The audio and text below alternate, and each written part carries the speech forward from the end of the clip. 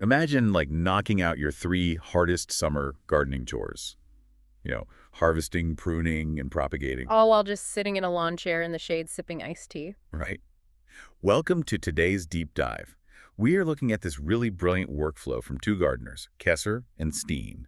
They're prepping a massive harvest of red currants, gooseberries, and black currants for Oma's famous scone jam. Oh man, that sounds so good. It really does. Okay, let's unpack this.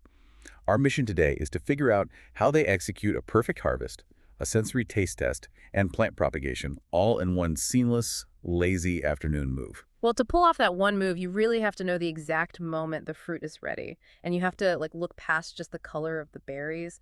You need the sun to have properly baked those leaves, to maximize the sugar. Right, and reduce the acid levels. In commercial agriculture, they measure that sugar density using the brick scale, right? Yeah, they use these specialized refractometers that measure how light bends through the juice. But Kesser and Steen rely on sensory KPIs. Key performance indicators, but for the home garden. Exactly. You look at the stem color, but mostly you check the seeds. Are they brown instead of green? Wait, why does the seed color matter for the taste of the actual fruit? Because the plant won't actually pump the fruit full of sugar until those seeds are fully developed. A brown seed means it has a hardened protective coat, allowing it to survive a bird's digestive tract. What's fascinating here is the why behind this physiological ripening. Oh, so the plant is like chemically altering itself. Yeah. It's breaking down bitter starches into sweet sugars and dissolving stiff pendants to soften the fruit, all just to be appealing to seed dispersers. That makes total sense. I mean, it's like buying a nectarine that looks beautifully orange and red, but when you bite into it, it's like biting into a rock-hard basketball. Ugh, the worst. The color was there, but the pectin hadn't broken down yet. So what does this all mean for the everyday gardener's taste test? Well, animals, like the blackbird, instinctively know the difference between looks ripe and physiologically ripe.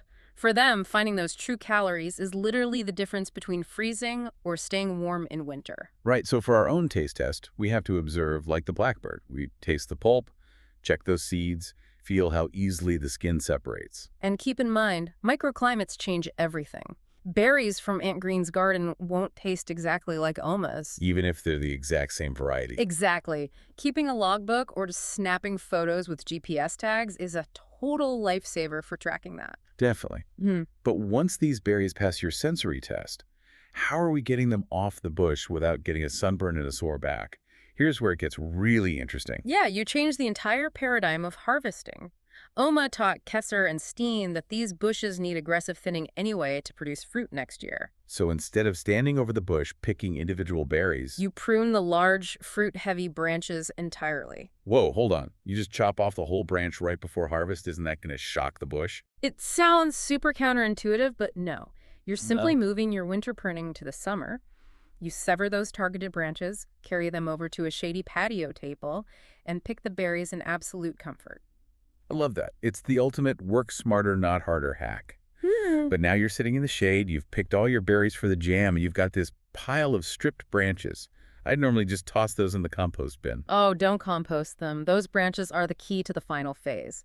It's a closed-loop system for our infinite-free plants. Okay, color me intrigued. You take a stripped branch and make a cutting right below a node. That's the little bump on the stem where leaves emerge.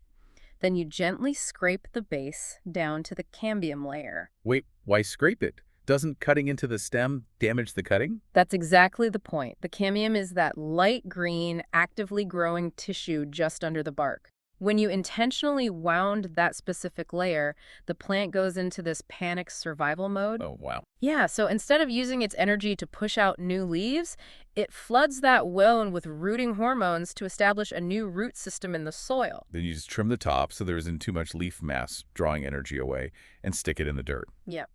Steen actually jokes that whether you are propagating red currants, gooseberries, or a literal broomstick. Same. Find the cambium, wound it, and you can clone it. Exactly. If we connect this to the bigger picture, the elegance of this workflow is just stunning. What started as three distinct back-breaking chores, thinning the bush, harvesting the fruit, and propagating new plants, has become one continuous motion. It really is incredible. In just one lazy afternoon in the shade, you've gone from analyzing the sugar indicators of a berry to hacking a plant's survival hormones to create a brand new bush. It's brilliant. We think we're being so innovative with these backyard workflows, but really, we're just finally paying attention to nature. It's like how a jay will sit silently in a tree, just watching a squirrel bury its nuts and then go dig them up later. In nature, observing and copying a good idea isn't a copyright violation, it's basic survival. Which leaves you wondering, how many of our own daily innovations are really just us finally paying attention to the blackbirds and squirrels in our own lives? Something to chew on next time you're enjoying some homemade jam?